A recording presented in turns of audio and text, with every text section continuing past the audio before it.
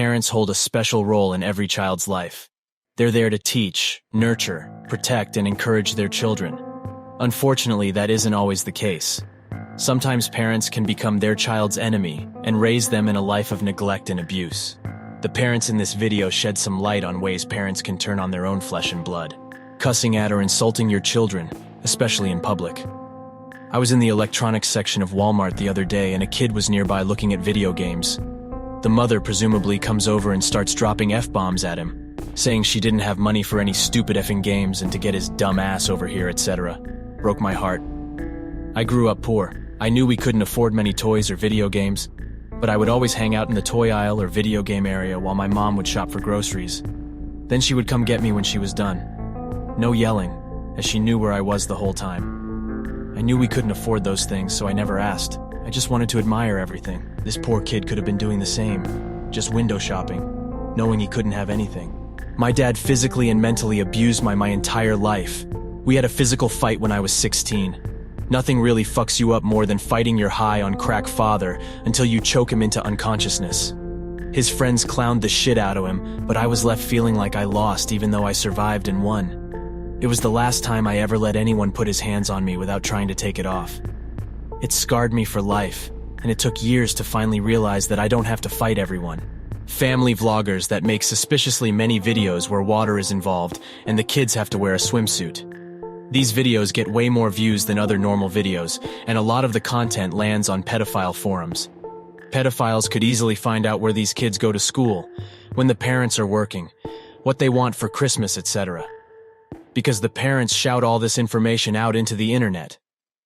If something terrible happens to a kid of theirs, they should also be made accountable to some degree. Lying about your kids and neglecting their medical needs. My mom has lied about me my entire life and told everyone that I had BPD, and the tumor in my brain was excess brain fluid when it first popped up on my medical screening. I was never ever diagnosed with BPD by any professional, nor was it even suspected.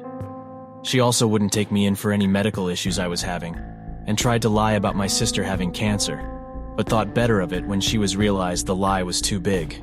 On the day of my cerebral angiogram, she put up a huge fuss to get attention for herself and got sent flowers and a card. Meanwhile, I got nothing, no call nor text. I think my mom might be a hallmark for a type of factious disorder. Verbally tearing your child down for a simple mistake, then not letting it go. I watched a parent in Target tell their small child how stupid they were for spilling a little Starbucks juice. This lady went on and on about how careless this poor kid was, and how they could have had a toy, but no, they'd wrecked that. I have to be honest, I went up to the kid and said, "It's not your fault, it's just an accident." The lady started asking me who the hell I was to do it, and I told her I was the person who was calling CPS for abusing this girl in front of the entire store. I also told her that she was too fucking lazy to watch her child, or it wouldn't have happened. A 4-year-old needs supervision, and shouldn't have been walking 20 feet away from her while she waddled along screeching into her phone about how she was going to get some tonight. Poor kid. My stepdad used to brag to his friends and my family members about beating me. Thought it made him look tough to kick my ass. Legit once worked for 5 hours weeding the backyard in 95-degree weather to earn $10 to go see The Dark Knight Rises. When I got home from the movie, he had forgotten he gave me the money for it and greeted me by punching me directly in the face and then kicking my ribs in when I was down. Hell, he once smashed a frying pan into my back because I did the dishes and my mom put her salad bowl in after I was done. He thought I was lazy and just stopped washing. My mom is so controlling, she flipped out when my therapist suggested I get my own banking account. The one I had was a holdover from when I started working at 14, and my account was under hers. I was 22 at the time, had my own job and my own car, and had moved out, then moved back home. I came home and she started yelling that my therapist was trying to break us apart. Before this, she had called my therapist to find out what we were talking about and got mad that he wouldn't tell her. But I want to support my daughter. She did not. When I was 18, I wrote her a letter and read it to her about feeling depressed in college and how I felt like hurting myself. She made it about herself, asking how I think she'd feel if I killed myself. When I was diagnosed with bipolar disorder, she yelled at me not to take lithium because she knew more than my psychiatrist, a doctor.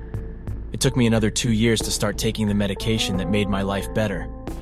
Since then, she has urged me not to talk about my disorder, not to be friends with other depressed people, and to hide my pills when friends came to visit.